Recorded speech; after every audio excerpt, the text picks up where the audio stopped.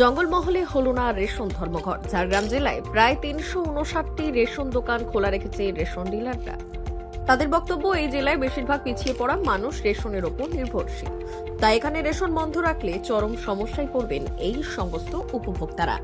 পাশাপাশি এখানে রেশনের পরিমাণ বেশি, তাই এবারে রেশন খালি না করলে পরের বার রেশন অতিরিক্ত জমে গেলে তা রাখার সমস্যা। তাই গোটা ঝাড়গ্রাম জেলার সমস্ত রেশন দোকান খোলা রাখার সিদ্ধান্ত নেওয়া হয়েছে। রেশন ডিলারের এই সিদ্ধান্তে খুশি উপভোক্তারা। তাদের বক্তব্য, মাসের শুরুতে রেশন বন্ধ থাকলে চরম সমস্যায় পড়তেন তারা। অতিরিক্ত অর্থ ব্যয় করে চাল আটা কিনতে হতো, যা খরচ করা তাদের পক্ষে অসম্ভব। তাই রেশন দোকান খোলা রাখার সিদ্ধান্তের সাধুবাদ জানাচ্ছেন তারা। ছিল সেটা কি ঝাড়গ্রামে হয়েছে? ঝাড়গ্রামে সম্ভবত খবরাখবর নিয়ে যা দেখলাম যে রেশন ধর্মঘট কোথাও হয়নি। আপনারা কি এখন রেশন তুলতে এসেছেন? হ্যাঁ, আমরা রেশন তুলতে এসেছি। রেশন দিচ্ছে? হ্যাঁ, রেশন তো দিচ্ছে, লাইনে দাঁড়িয়েছি। যদি ধর্মঘট হতো কতটা সমস্যা? ধর্মঘট হলে মানে স্যার, আমরা তো দিন আনি দিন খাওয়া লোক। এই যে চালটা পাই এটাই টানটুন করে কারো 1 মাস, কারো 27 দিন 28 দিন চলে।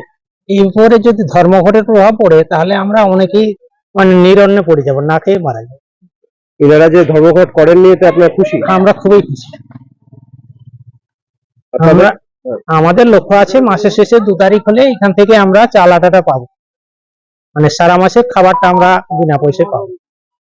ধর্মঘট হলে সমস্যা? ধর্মঘট হলে পুরোটাই সমস্যায় পড়বে। এই যে বাজারে কিনতে গেলে আমাদের কম করে মানে 35 থেকে 40 টাকা দিয়ে চাল কিনতে হবে। আমাদের যে আর্থিক অবস্থা, আমরা এই 35 থেকে 40 টাকা দিয়ে চাল কেনার মতো আমাদের আর্থিক সংগতি নেই। কি নাম আপনার? নিমাই মা। দেবপ্রিয় বলি। আজ থেকে তো রেশন ধর্মঘট, আপনারা সামিল হননি?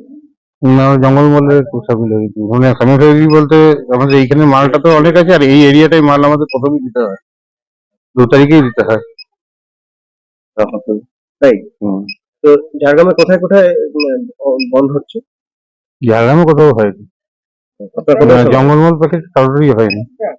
কারণটা? আমাদের এই এরিয়াটাই 2 তারিখের উপরে ডিপেন্ড করে।